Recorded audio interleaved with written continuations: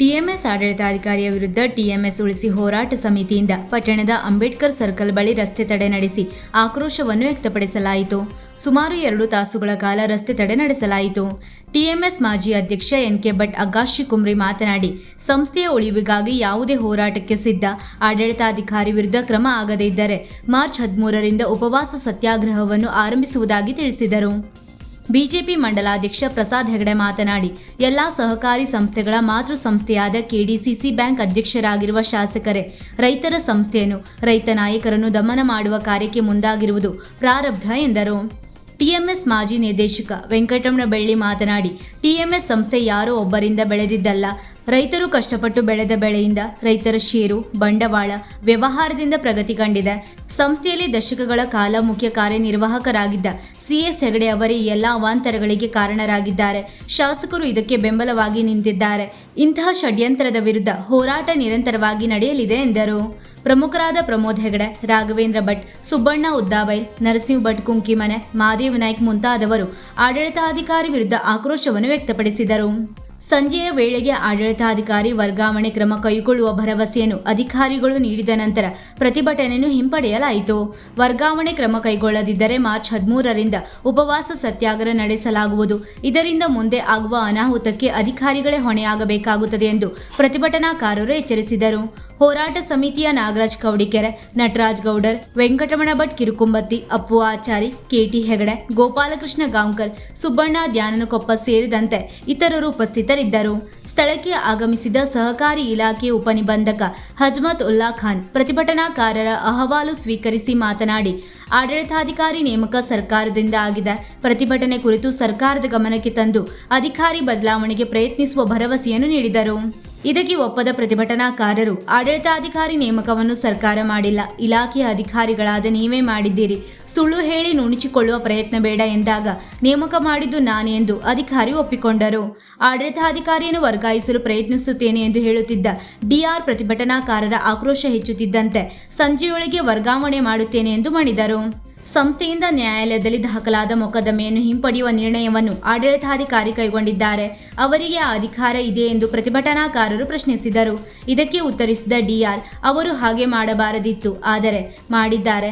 ನಾನು ಅವರನ್ನು ತರಾಟೆಗೆ ತೆಗೆದುಕೊಂಡಿದ್ದೇನೆ, ವರ್ಗಾವಣೆಯನ್ನು ಮಾಡುತ್ತೇನೆ ಎಂದರು.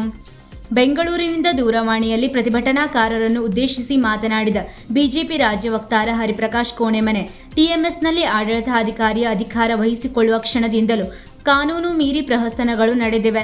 ಹಿಂಬಾಗಿಲಿನಿಂದ ಅಧಿಕಾರ ಪಡೆಯುವ ಪ್ರಯತ್ನ ನಡೆಯುತ್ತಿದೆ. ಈ ಅವ್ಯವಸ್ಥೆ ವಿರುದ್ಧ ರಾಜ್ಯದ ಬಿಜೆಪಿ ನಾಯಕರ ಗಮನಕ್ಕೂ ತರಲಾಗಿದೆ.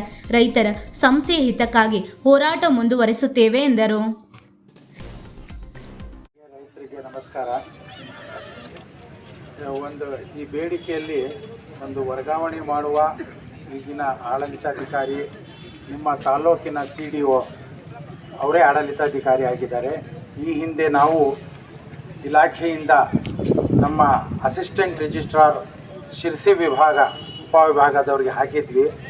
ಆಮೇಲೆ ಅವ್ರಿಗೆ ಕೆಲಸದ ಒತ್ತಡ ಇದೆ ಅಂತ ಹೇಳಿ ಇಲ್ಲಿನ CDO ಅಂದರೆ ಸಾಮಾನ್ಯವಾಗಿ ನಮ್ಮಲ್ಲಿ ಏನಿದೆ ಅಂದರೆ ಅವ್ರಿಗೆ ವಜಾ ಮಾಡೋಕ್ಕೂ ಕೂಡ ಅಧಿಕಾರ ಇರೋದು ಸರ್ಕಾರಕ್ಕೆ. ನಾನು ಆಡಳಿತಾಧಿಕಾರಿ ನಿಮ್ಮ ಎಲ್ಲ ಮನವಿ ತಗೊಂಡು ಅವರಿಗೆ ಆಲ್ರೆಡಿ ನಿನ್ನೆನೇ ಮಾತಾಡಿದ್ದೀನಿ.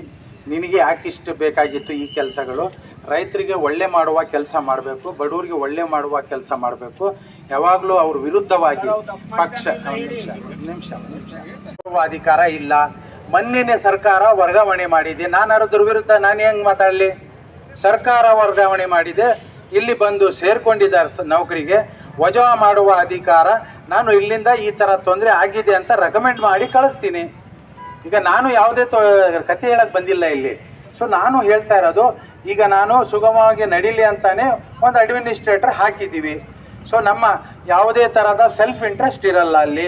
ನೀವು ನಮ್ಮ ರೈತರಿಗೆ ಒಳ್ಳೆಯದಾಗಲಿ, ಸಮಾಜಕ್ಕೆ ಒಳ್ಳೆಯದಾಗಲಿ, ಆ ಸಂಘಕ್ಕೆ ಒಳ್ಳೆಯದಾಗಲಿ ಅಂತ ಮಾಡಿ ಕಳಿಸಿದ್ದೀನಿ. ನಾನು ಹಾವೇರಿ ಡಿಸ್ಟಿಕಲ್ಲಿ ಕೆಲಸ ಮಾಡಿ ಇಲ್ಲಿ ಅಡಿಷ್ನಲ್ ಆಗಿ ಕೆಲಸ ಮಾಡ್ತಾ ಇದ್ದೀನಿ. ಸೊ ಹಾಗಾಗಿ ನಿಮ್ಮ ಮನವಿ, ನಮ್ಮ ಮೇಲಾಧಿಕಾರಿ ಆಲ್ರೆಡಿ ನನಗೆ ಫೋನ್ ಮಾಡಿದ್ದಾರೆ. ಈಗ ಆದಷ್ಟು ಪ್ರಯತ್ನ ಮಾಡಿ ನಿಮ್ಮ ಬೇಡಿಕೆ ಅಟ್ಲೀಸ್ಟ್ ಬದಲಾವಣೆನಾರೇ, ಆಡಳಿತಾಧಿಕಾರಿ ಬದಲಾವಣೆ ಆಗುವ ಪ್ರಯತ್ನ ನಾನೇ ಮಾಡ್ತೀನಿ.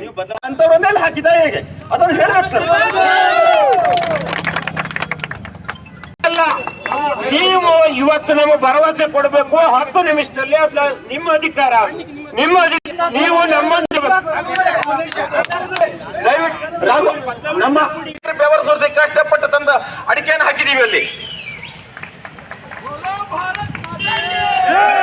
ಸಂಸ್ಥೆಗೆ 10 ಕೋಟಿ ಲಾಭ ಮಾಡಿಕೊಟ್ವಲ್ಲ. ಇದು ಯಾವುದೋ ಅಧಿಕಾರಿ ಸರ್ಕಾರಿ ಚಮಚಾಗಿರಿ ಮಾಡಿ ಬಂದದ್ದಲ್ಲ. ನಮ್ಮ ಷೇರ್ ಬಂಡವಾಳ ನಮ್ಮ ರೈತರು ಕಷ್ಟಪಟ್ಟು ಲಾಭ ಮಾಡಿಕೊಟ್ಟಂತದ್ದು. ಸ್ವಾಮಿ ಸಿಎಸ್ ಹೇಳ್ರೆ ನಿಮ್ಗೆ ಅದ್ಭುತವಾದ ಸನ್ಮಾನ ಮಾಡಿದ್ವಿ. ನೀವು ಬೀಳ್ಕೊಡೋ ಕರಿಕೆ ಮಾಡಿದ್ವಿ. 2 ಲಕ್ಷ ರೂಪಾಯಿಗಿಂತ ಜಾಸ್ತಿ ಖರ್ಚು ಮಾಡಿ ಸನ್ಮಾನ ಮಾಡಿದ್ವಿ ನಾವು. ಯಾಕಂದ್ರೆ ನಮ್ಮ ಕರ್ತವ್ಯ ಅದು. ನಿಮಗೆ ಕೊಡಬೇಕಾದ್ರೆ ರೆಮಿಡಿನೂ ಅರ್ಪಿಸ್ಕೊಟ್ಟಿದ್ದೀವಿ ನಾವು. ನಿನ್ನೆ ಇನ್ಸ್ಪೆಕ್ಟರ್ ಸಾಹೇಬ್ರ ಹತ್ರ ಮಾತಾಡ್ತಾ ಹೇಳಿದೆ ನಾನು, ಸಾಹೇಬ್ರೆ ನಿಮಗೂ ಇನ್ಸೆಂಟಿವ್ ಸಿಗುದಿಲ್ಲ, ನಾವು 2.5 ತಿಂಗಳು ಇನ್ಸೆಂಟಿವ್ ಕೊಟ್ಟಿದ್ದೀವಿ ಅಂತೇಳಿ. ವಿಚಾರ ಮಾಡಿ, 7th ಪೇ ಕಮಿಷನ್ ಕೊಟ್ಟಿದ್ದೀವಿ. ಟಿಎಂಎಸ್ಗೆ ರೈತರು ಹಾಕಿದಂತಹ ಮತ ಅನ್ನದಾತ ಕೊಟ್ಟಂತಹ ತೀರ್ಪಿದು. ಈ ತೀರ್ಪಿನ ವಿರುದ್ಧವಾಗಿ ಯಾರಾದರೂ ಇದನ್ನ ಆಕ್ಷೇಪ ಮಾಡಿದ್ರು ಅಂತಂದ್ರೆ ಅನ್ನದಾತರ ಶಾಪಕ್ಕೆ ಗುರಿಯಾಗಿ ಬೀದಿ ಬೀಳಬೇಕಾಗುತ್ತೆ ಸನ್ನಿವೇಶ. ಹಾಗಾಗಿ ಇದ್ರ ಬಗ್ಗೆ ಗಮನ ಹರಿಸಬೇಕು. ಆದಷ್ಟು ಬೇಗ ಈ ಒಂದು ನಿರ್ಣಯ ಪ್ರಾಮಾಣಿಕವಾಗಿ ತೀರ್ಮಾನ ಆಗಿ ದಯವಿಟ್ಟು ಒಂದು ಶಾಂತಿಯುತವಾದಂತಹ ತೀರ್ಮಾನಕ್ಕೆ ಬಂದು ನಾವೆಲ್ಲ ಸುಖಾಂತವನ್ನು ಮಾಡುವಂತಹ ದಿನ ಆದಷ್ಟು ಬೇಗ ಬರಲಿ ಅಂತ ಗ್ರಾಮ ದೇವಿಯಲ್ಲಿ ಪ್ರಾರ್ಥನೆ ಮಾಡಿಕೊಂಡು ಒಂದು ಶಾಂತಿ ಸಂಸ್ಕೃತಿಗೆ ಹೆಸರಾದಂಥ ಊರು. ಇವತ್ತು ಸಹಿತ ಹಾಗೆ ನಡೆದುಕೊಳ್ಬೇಕು ಅನ್ನುವಂಥದ್ದು ನನ್ನ ವಿನಂತಿ. ಯಾವುದೇ ಕಾರಣಕ್ಕಾಗಿ ಕಾಯ್ದೆಯ ಜೊತೆಗೆ ನಮ್ಮ ನ್ಯಾಯವನ್ನು ಸಹಿತ ಪರಿಹರಿಸಬೇಕು. ನಾನು ಒಂದು ಪಾಯಿಂಟ್ ಮಾತಾಡ್ಲಿಕ್ಕೆ ನಿಂತಿದ್ದೇನೆ. ರೈತರಿಗೆ ಕೇಳಿಸ್ಕೊಳ್ಳಿ, ನಿಮಗೆ ವಿಷಯ ಇನ್ನು 18 ದಿವಸ ಇದೆ. ಮಾರ್ಚ್ 30ಕ್ಕೆ 2,000 ಜನ ಅಕೌಂಟು ರಿನ್ಯೂವಲ್ ಆಗಬೇಕು. ರಿನ್ಯೂವಲ್ ಆಗಬೇಕಾದ್ರೆ ಅವರು ಲಕ್ಷಾಂತರ ರೂಪಾಯಿ ಬಡ್ಡಿಯನ್ನು ತುಂಬಬೇಕಾಗ್ತದೆ. ಮಾರ್ಕೆಟಿಂಗ್ ಸೊಸೈಟಿ ಆಡಳಿತ ಮಂಡಳಿ ಇದ್ದರೆ ಆ ಹಣವನ್ನು ರೈತರ ಹೆಸರಿನಲ್ಲಿ ಆಡಳಿತ ಮಂಡಳಿಯವರು ಕೊಟ್ಟು ರಿನ್ಯೂವಲ್ ಮಾಡಿಕೊಡ್ತಾ ಇದ್ರು. ವೀಕ್ಷಕ ಮಹಾಪ್ರಭುಗಳೇ, ನಮ್ಮ ಚಾನಲ್ ಅನ್ನು ಸಬ್ಸ್ಕ್ರೈಬ್ ಮಾಡಿ, ಶೇರ್ ಮಾಡಿ, ಪ್ರೋತ್ಸಾಹಿಸಿ.